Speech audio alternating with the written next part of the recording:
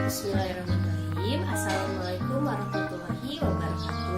Halo semua, apa kabar kalian hari ini? Di sini ibu dalam keadaan baik-baik saja. Semoga kalian pun di rumah dalam keadaan baik-baik saja dan tetap semangat. Nah, pada kali ini kita masih membahas tentang sistem reproduksi pada manusia. Pada pertemuan sebelumnya kalian sudah belajar tentang alat reproduksi pada pria. Nah, kali ini kita akan membahas tentang alat reproduksi pada perempuan dan juga siklus menstruasi. Nah, tonton terus videonya sampai selesai ya. Berikut videonya. Pada video kali ini akan dibahas tentang alat reproduksi perempuan dan juga menstruasi. Sebelumnya, mari kita ketahui terlebih dahulu kompetensi dasar pada video pembelajaran kali ini.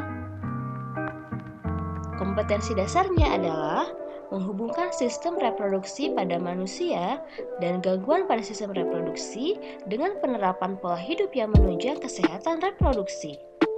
Dan tujuan pembelajaran kita pada kali ini adalah siswa memahami fungsi dari alat reproduksi pada perempuan, siswa memahami proses pembentukan sel telur, dan siswa memahami siklus menstruasi pada perempuan. Sekarang, mari kita masuk ke dalam materi alat reproduksi perempuan.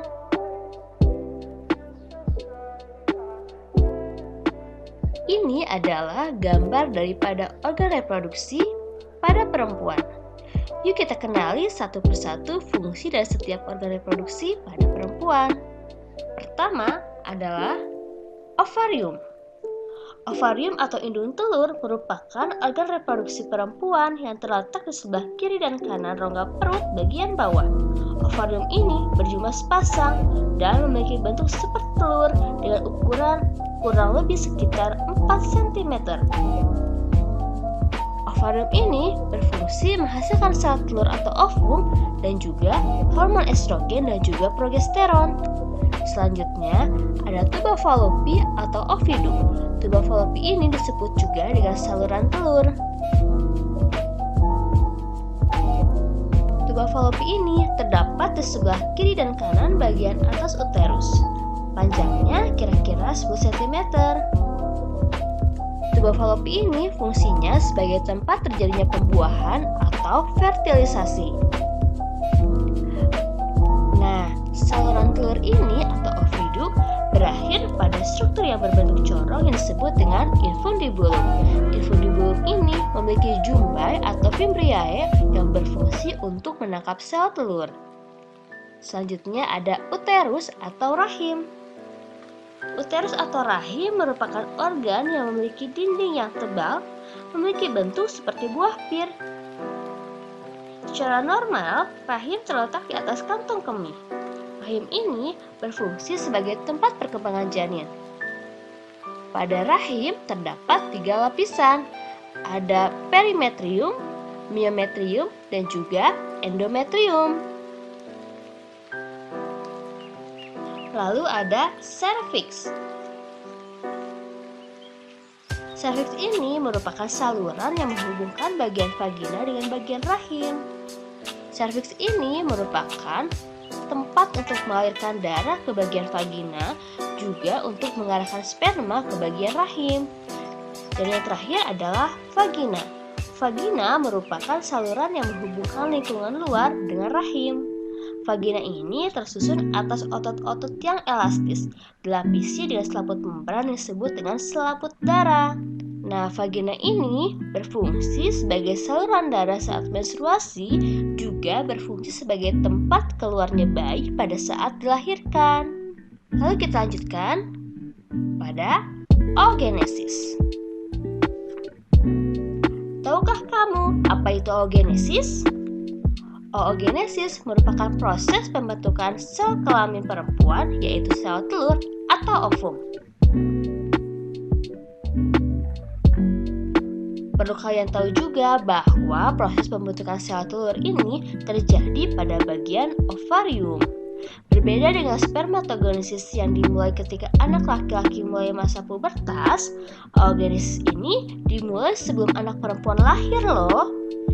Tahukah kamu, pada saat baru lahir, anak perempuan sudah memiliki bakal sel ovum sebanyak 200.000 hingga 2 juta. Namun, hanya sekitar 40.000 yang tersisa saat anak perempuan masuk masa pubertas. Dan perlu kalian tahu, hanya 400 saja yang akan matang atau berkembang sempurna. Satu sel telur yang matang nantinya akan diovulasikan selama siklus reproduksi. Coba kita lihat gambar di bawah ini. Di sini terdapat gambar ovarium yang dimana di dalamnya terdapat folikel yang berukuran kecil dengan calon bakal sel telur di dalamnya, atau disebut juga dengan folikel primordial. Folikel dan bakal sel telur tersebut berkembang semakin besar menjadi folikel primer. Kemudian berkembang lagi menjadi folikel sekunder dan pada akhirnya menjadi folikel yang matang. Setelah folikel berkembang, sel primordial ini akan membelah secara mitosis membentuk oogonium atau sel induk telur yang bersifat diploid. Nah, ini adalah proses daripada oogenesis. Dimulai dengan oogonium ini. Oogonium ini nantinya akan mengalami pembelahan mitosis membentuk oosit primer, di mana oosit primer ini bersifat diploid atau 2N. Oosit primer ini kemudian mengalami pembelahan meiosis tahap 1 membentuk satu oosit sekunder dan satu polosit. Polosit ini kemudian mengalami pembelahan meiosis tahap 2 yang menghasilkan 2 polosit. Oosit sekunder selanjutnya juga mengalami pembelahan meiosis tahap 2 untuk membentuk satu ootit dan satu polosit. Ootit kemudian mengalami diferensiasi membentuk ovum, dan pada akhir peristiwa oogenesis, dari satu sel induk telur akan dihasilkan satu sel telur yang bersifat haploid dan 3 polosit atau badan polot yang bersifat haploid. Namun perlu kalian tahu bahwa yang dapat berfungsi hanya satu sel telur saja. Yuk kita lanjutkan pada topik berikutnya. Ayo, siapa yang pernah mengalami seperti ini? Tiba-tiba merasa mellow atau sedih, lalu kesal, bawaannya emosi dan uring-uringan, lalu merasakan sakit di bagian perut, juga tiba-tiba merasakan nafsu makan yang tinggi. Nah, anak perempuan biasanya mengalami gejala ini yang dikenal dengan istilah pramenstruasi atau PMS. PMS ini ada kaitannya dengan menstruasi. Mari kita bahas seputar menstruasi. Pernah mendengar istilah menarki? Menarki adalah menstruasi yang pertama kali dialami oleh anak perempuan. Nah, sebetulnya apa sih itu menstruasi? Menstruasi adalah proses menurunnya dinding rahim yang ditandai dengan keluarnya darah, cairan jaringan, dan lendir melalui vagina. Menstruasi ini terjadi karena sel telur tidak dibuahi oleh sel sperma. Siklus menstruasi terjadi melalui beberapa fase. Fase yang pertama yaitu fase menstruasi. Yang kedua adalah fase praovulasi. Fase yang ketiga adalah fase ovulasi, dan fase yang keempat adalah fase pasca ovulasi. Mari kita bahas satu persatu setiap fase pada siklus menstruasi. Fase yang pertama adalah fase menstruasi. Pada fase ini, hormon FSH memicu berkembangnya folikel dalam ovarium, yang ditandai dengan luruhnya dinding endometrium uterus akibat penurunan kadar hormon estrogen dan juga progesteron. Lalu, fase yang kedua adalah fase praovulasi. Pada fase ini ditandai dengan tingginya kadar estrogen yang menyebabkan dinding rahim mengalami penebalan. Tujuannya untuk mempersiapkan tempat menetapnya embrio apabila sel telur yang dibuat sperma berhasil. Nah, fase yang ketiga ada fase ovulasi. Ditandai dengan tingginya kadar hormon FH, di mana akan memicu pelepasan ovum oleh folikel ovarium.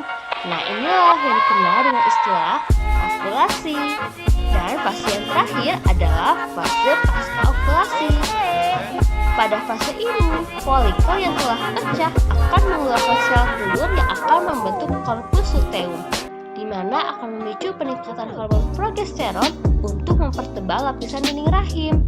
Nah, pada fase inilah dikenal dengan fase pramenstruasi yang ditandai dengan gejala seperti payudara membesar, muncul jerawat, badan terasa lemas, menjadi mudah marah atau emosional. Nah, itu dia siklus menstruasi yang sering terjadi pada perempuan setiap bulannya.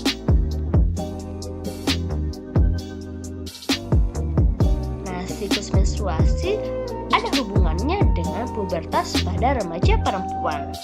Sebetulnya, apa itu pubertas?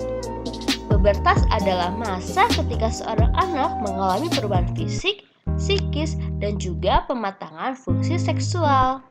Yuk kita kenali ciri-ciri sekunder pada perempuan ketika sudah menginjak masa pubertas. Pertama, terjadinya pertambahan tinggi badan. Kedua, munculnya rambut pada area kemaluan dan juga ketiak. Tiga, area pinggul yang mulai membesar. Serta keempat, payudara yang mulai berkembang.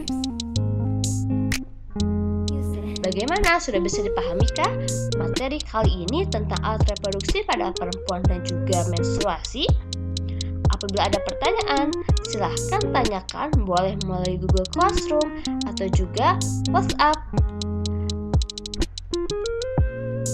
Pada pertemuan berikutnya, kita akan belajar tentang fertilisasi atau kehamilan pada perempuan, juga kelainan atau gangguan pada sistem reproduksi manusia.